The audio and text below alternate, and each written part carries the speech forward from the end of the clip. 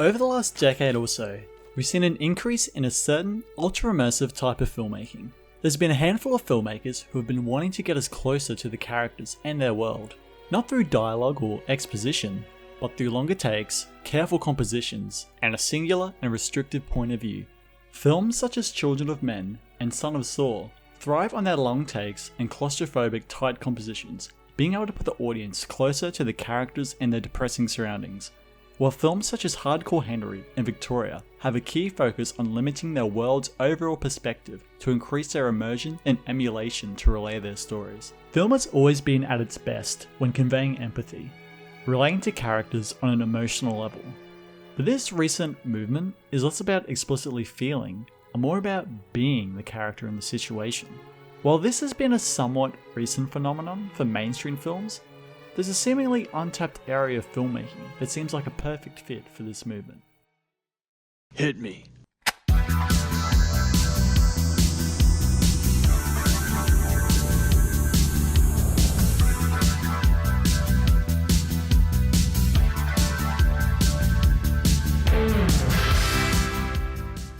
While video games have been driving the most attention to the technology, there's been an even smaller niche of filmmakers creating within virtual reality. What I'm interested in is the capabilities of narrative, and how the medium can bring us even closer to the stories that we tell. But for all the potential that's there, a lot of filmmakers haven't really cracked the code on what works in virtual reality and what doesn't. Just like when the pioneers of film were first given a camera, they also had to create a set of rules and language through experimentation to make their films readable. From what I've experienced, a lot of the problems with these films is that we're still using another medium's language without evolving it for a new one.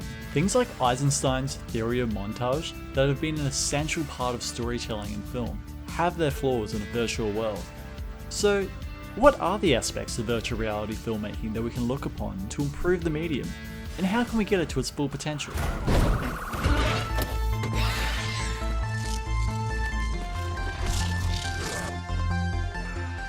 There are lots of minor issues that filmmakers are still solving the problems to within VR.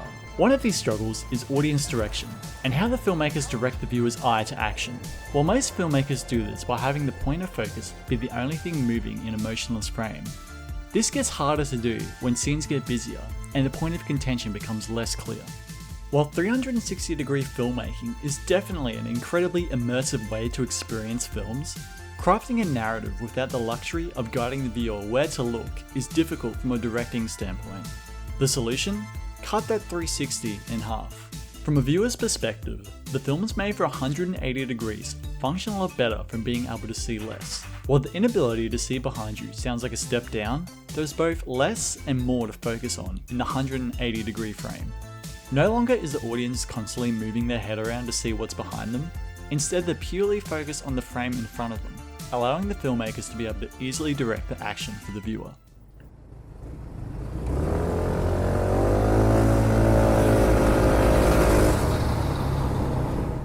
Frame rate is another minor issue that has mostly been solved.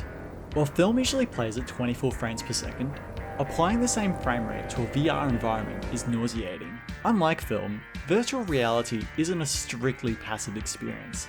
With the audience having the ability to move the camera, the frame rate needs to reflect the possible fluidity of the user's movement. Filming at 60 frames per second and higher solves this problem, which gives the illusion of the film being closer to life. The biggest issue that I continuously come across with VR experiences, however, is their editing within the production. When you watch a film, cutting from one shot to another on a screen you can completely see is easily readable, but when the shot consumes your entire vision and then cuts, it becomes a jarring experience. The most common way of making a non-jarring cut in virtual reality is a fade to and from black to signify a change in location, allowing the user to re-engage with their surroundings. Some films smartly implement this into their films, diegetically putting these transitions into the film's world. Ultimately, however, the frequent use of these cuts really kill the pacing and flow of how these experiences are delivered. A director virtual reality filmmakers could look to solve this issue is Alan Rene, director of films such as Last Year at Marienbad and Hiroshima Mon Amour. While his abstract imagery and themes of time and memory made him one of the most respected auteurs of the French New Wave movement, his editing is what made him stand out the most. Whereas most films of the era were hinged on 3-act structures and continuity to propel the narrative, Renee leaned on a combination of associative editing and match cuts to tell his stories. Renee's cuts would be harsh to create a sense of juxtaposition, with the associative nature of two different shots would help draw the viewer from one scene to another. Trop loin. Suivez-moi. Je vous en prie. Je vous en prie. The main goal of Renee's editing style would be to maintain a sense of fluidity, an unconscious connective tissue that allows a film like Last Year at Marienbad to take place at multiple locations at once, utilising the same characters.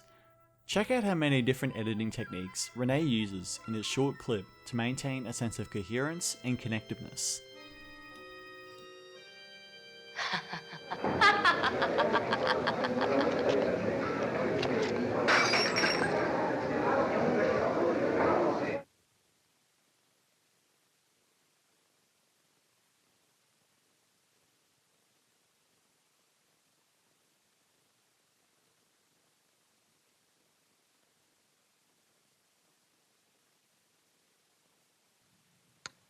This technique could be used within virtual reality to creatively guide the audience from scene to scene in an artistic and less jarring way than a plain straight cut.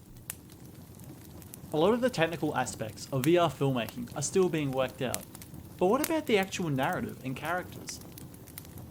The most effective VR films, as of right now, follow a similar formula. A shot from a first-person perspective with a singular, uncut take to maintain the illusion of being a person, with the events unfolding around the character. You're the main character in a story, but how do you empathise with someone who you can't even see? Video games get around this issue by you being able to control and play the character, and given the ability to interact with the character's world. With first-person VR, however, there's still an element of passiveness that holds it back. Filmmakers could look to Chris Marker's Sans Soleil, which rather than pointing you in a strictly first-person perspective, utilises voyeur-style film footage to put you within a non-explicit abstract of a person's psyche. While there is little in the way of a traditional narrative, the film itself plays like an emulation on memory. The film has a bigger focus on the audio, leading the audience through the narrative, with the images almost being complementary to the story. Even though we don't really have anything in the way of a tangible character, the film still feels extremely personal. There are a bevy of virtual reality films that put you in physical situations, but hardly any that explore the emotional side of humanity. To push forward virtual reality storytelling, rather than trying to focus on what it's like to be in a body of a person, VR needs to focus on what it's like to be human. Storytelling at its core is about emotion after all. So how will it progress if the only emotion virtual reality can seemingly muster up is being scared?